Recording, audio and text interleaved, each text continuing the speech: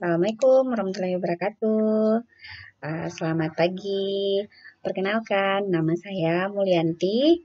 Saya mahasiswa Stikes Mandala Waluya Kendari, jurusan atau peminatan Promkes.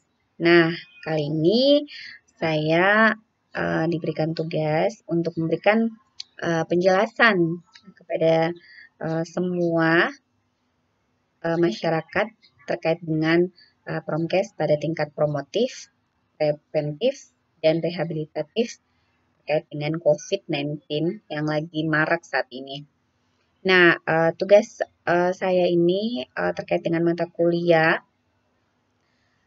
yang dibimbing oleh Ibu Jumartin Gerung, SSI MKes.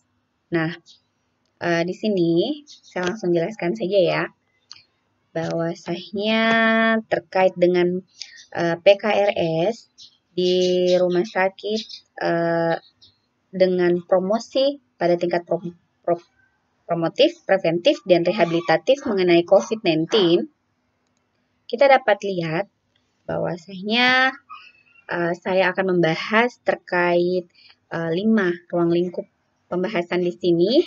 Yang pertama tentang apa sih itu COVID-19, kedua, apa pengertian dari promosi kesehatan, ketiga, promosi pada tingkat promotif terhadap COVID-19, keempat, promosi pada tingkat preventif terhadap COVID-19, dan yang terakhir, promosi pada tingkat rehabilitatif terhadap COVID-19.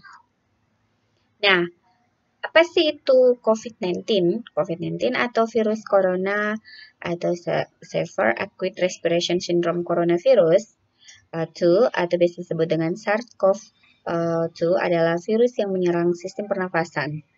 Penyakit ini karena infeksi virus yang biasa disebut dengan COVID-19.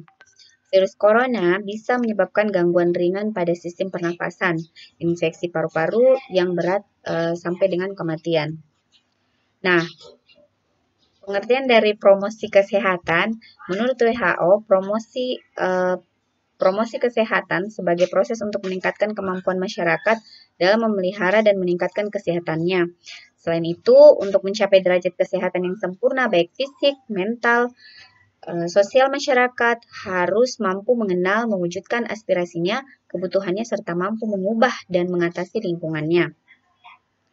Sehingga dari pengertian dari WHO ini dapat disimpulkan bahwa promosi kesehatan itu merupakan program-program kesehatan yang dirancang untuk membawa perubahan atau perbaikan terkait kesehatan baik di dalam masyarakat itu sendiri maupun dalam organisasi dan lingkungannya. Nah, promosi kesehatan pada tingkat promotif itu perlu diketahui bahwa sahnya merupakan upaya melakukan promosi kesehatan yang sasarannya itu adalah kelompok orang sehat atau masyarakat luas. Adapun upaya yang dapat dilakukan adalah ada 3 hal di sini yang saya ambil. Yang pertama, melakukan penyuluhan kepada masyarakat mengenai COVID-19. Penyuluhan ini banyak yang bisa kita lakukan. Ada penyuluhan secara langsung, ada bisa kita kumpulkan warga, kemudian kita menyuluh sekaligus, ada bisa sendiri-sendiri per individu, atau bisa kita melakukan penyuluhan lewat media sosial. Nah, yang kedua memberikan informasi secara luas mengenai COVID-19, meliputi gejala, penyebab, dan akibat yang dilakukan melalui media sosial. Nah, dapat seperti tadi yang saya jelaskan dari awal, kita bisa memberikan penjelasan kepada masyarakat melalui media sosial dengan membuat semacam spanduk ataupun poster yang bisa kita upload ke media sosial kita sehingga masyarakat bisa lebih paham, bisa lebih paham terkait dengan COVID-19 itu sendiri. Yang terakhir, memasang spanduk, poster, dan selebaran yang berisikan informasi seputar COVID-19. Nah, selebaran yang kita bisa berikan ataupun mungkin poster ataupun spanduk ini adalah terkait dengan bagaimana sih tentang penyakit COVID-19 itu sendiri, bagaimana cara pencegahannya, bagaimana caranya kita bisa untuk melakukan melakukan edukasi atau konseling kepada masyarakat biar agar mereka lebih tahu, oh ternyata COVID-19 itu seperti ini. Karena informasi yang dapat kita berikan kepada masyarakat itu bisa lewat mana saja. Yang paling efektif untuk saat ini adalah kita bisa memberikan informasi lewat media sosial. Nah, ini untuk promosi kesehatan pada tingkat preventif. Di sini ada beberapa orang yang bisa kita lakukan yang menjadi sasaran dalam upaya promosi kesehatan di tingkat preventif. Sasaran yang di sini yang dimaksud adalah kelompok orang yang beresiko. Nah, kelompok orang yang beresiko di sini itu ada beberapa orang. Yang pertama adalah lansia. Kedua, ibu hamil. Ketiga, orang yang mengalami gejala ringan yang menuju ke COVID. Salah satu gejala COVID. Dan yang terakhir adalah orang yang sudah mengalami gejala tersebut, yaitu gejala-gejala yang menuju dan atau lebih spesifik lagi ke arah COVID. Nah, yang lansia, yang rentan terkena virus COVID ini dihimbau agar dia menjaga kesehatannya, menjaga pola makannya, diharapkan agar tidak keluar rumah dan istirahat yang cukup. Namun untuk saat ini kenyataannya masih banyak usia-usia yang di kategori lansia ini mereka masih berkeliaran di luar rumah. Yang selanjutnya ibu hamil yang rentan akan terkena virus ini agar dia lebih mengurangi aktivitasnya di luar rumah, menjaga pola makan, serta selalu menjaga mood-nya. Karena mood ini merupakan salah satu imun booster bagi ibu itu sendiri. Yang ketiga adalah orang yang mengalami gejala ringan seperti batuk, agar melakukan isolasi mandiri dan memakai masker agar tidak menularkan kepada keluarga atau masyarakat setempat. Jadi ketika kita memiliki gejala, entah memiliki ataupun tidak, sebaiknya kita memakai masker. Dan kalau untuk orang seperti yang sudah memiliki gejala batuk ini, seharusnya memakai masker guna meminimalkan terjadinya penularan penyakit tersebut. Yang keempat, orang yang sudah mengalami gejala batuk bahkan sampai demam.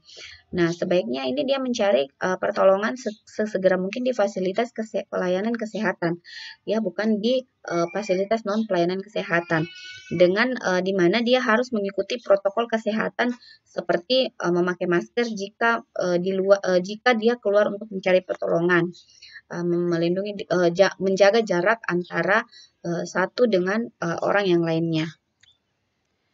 Yang terakhir adalah promosi kesehatan di tingkat rehabilitatif. Nah, pada tingkat ini sasarannya adalah kelompok orang yang sudah sembuh dari COVID-19 ini. Upaya yang dapat dilakukan yang pertama, kita sebelum pasien ini dipulangkan, yang pasien yang sudah dinyatakan negatif dari COVID-19 ini, sebaiknya kita melakukan pemeriksaan secara keseluruhan dulu. Yang selanjutnya, tentunya hal yang paling penting itu kita memberikan motivasi kepada pasien yang akan dipulangkan ini. Karena motivasi ini membuat mereka untuk tetap lebih bersemangat menjaga imun boosternya agar selalu melakukan hal-hal yang positif, tetap melakukan kegiatan yang bersifat positif. Membangkitkan rasa percaya diri pasien. Nah, hal ini juga sangat dibutuhkan di dalam promosi kesehatan untuk tingkat rehabilitasi, karena ini sangat mempengaruhi ya. Memberikan informasi yang positif kepada pasien agar tidak mengalami gangguan psikologi jika berada di masyarakat. Nah, tentunya pasien-pasien yang post-COVID ini pasti akan mengalami gangguan psikologis. Nah, kita sebagai tenaga medis ataupun mungkin kita yang berperan dalam hal ini, sebaiknya kita melakukan promosi kesehatan untuk tingkat rehabilitatif dengan memberikan dukungan psikologi kepada orang-orang yang atau pasien yang pernah menderita COVID-19 ini. Terima kasih. Wassalamualaikum warahmatullahi wabarakatuh.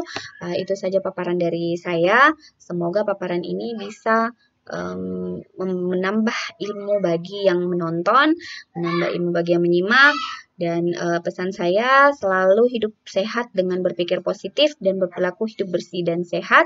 Serta jangan lupa selalu berdoa kepada Allah Subhanahu wa Ta'ala untuk kita selalu dilindungi dari wabah COVID-19 ini, dan semoga wabah COVID-19 ini cepat berakhir. Assalamualaikum, selamat beraktivitas, sehat selalu.